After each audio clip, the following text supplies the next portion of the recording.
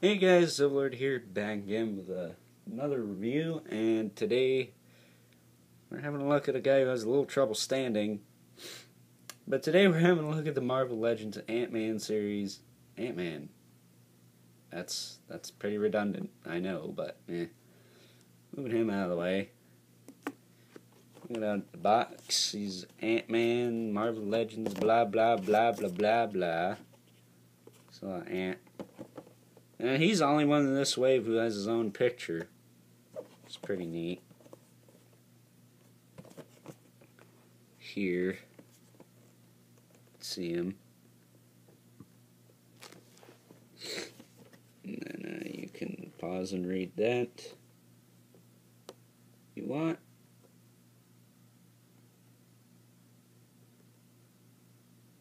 Alrighty. And here is Build-A-Figure Ultron, which we'll have a look at the end of the week, and then other figures we'll be having a look at this week. Tomorrow we'll have a look at Wasp, and so on and so forth. So, yeah, pretty standard. Now, Ant-Man here doesn't like to stand. Mine's got a loose hip, though. Well, you know what? It's not that loose, but it's loose enough. I don't know. Maybe it's just I suck at posing figures. But yeah, he doesn't like to. Well, now he does. Frickin' asshole. Whatever. He does come with a couple of smaller accessories. He comes with a little teeny tiny Ant-Man, a little ant, which is pretty cool, and you can actually ride him. There's a minifigure for you, Brian Starner, but here's another one. It's Yellow Jacket. I really wish we could get a, I really hope we can get a Yellow Jacket 6-inch figure, because this design for him is really cool. I always thought the older one was kind of meh. It was okay, but the new one looks really good. In my opinion, don't tear me a new one, because I like a movie design. Jeez.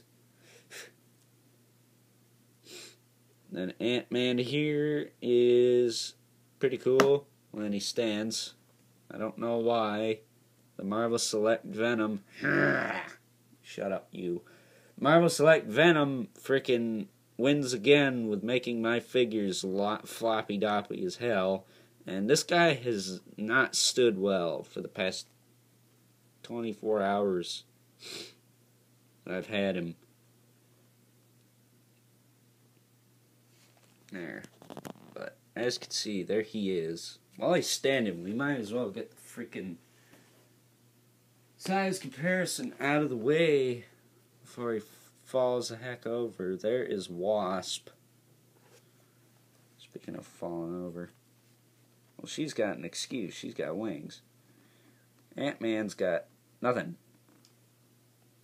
He's got zip, nada, and zilch. There. Every time. Close, they're not. But yeah, he's a little bit taller, which makes sense. So, that's it for the size comparison. Now, on to the articulation. He's got decent range in his head. He looks down a fair bit. He looks up a little. Not bad.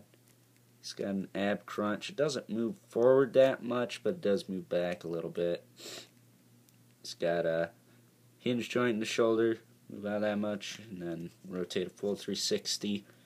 And he's got a swivel in the bicep, double jointed elbow, giving you a decent range of motion there. And he's got a hinge in the wrist with a swivel here as well. Swivel there as well. He's got a swivel in the waist, and his belt is a separate piece. So if it's crooked, don't worry, you can move it into place. I mean, yeah, there you go. And then he's got T-jointed hips, the preferred hips, I think. And forward and back, and then in and out. Thigh swivel right at the top. And then double jointed knees. And then hinged feet. Now, I don't know what's up with these feet, but they do not like to stand. I think it's because they're curved. They are totally curved. I do not know why they have to curve the feet. That's my idea here, is that he falls over because his feet are curved. They are curved really bad. Really, really bad. So he's like the, there was another figure with curved feet that had a hard time standing. Baron Zemo, but his weren't. I think this guy's feet are a little smaller, and Baron Zemo is a little bit, has a little bit larger of a foot. And it doesn't bend forward that much, so you can't really get him to stand well. I'll probably have him leaning against something so he'll stand upright, but shouldn't really need that. I don't know why they chose to go with that. But if you have his legs splayed out a little bit, meaning if you are an ACBA person and know how to do this crap, because you're a certified professional, there you go, you can do that. So, zooming in, I'll give you the final analysis on this guy. He's pretty cool. I'm going to give him an 8, because he's probably one of the weakest figures of the wave. I do like the other figures in this wave a little bit more, because their joints aren't as, I guess, rubbery, really. I mean, they're really starting to get a little floppy, and if you hit them with a good enough dose of heat, they're gonna go. And yeah, so I'm giving this guy only an 8, just because it's the standing problem. He's a little loose and a little wonky in the joints. So shout out to my friend Dismania65. Leave it in the package or get the Marvel Select one. That's all I'm gonna say. So until next time, guys, I'll catch you later.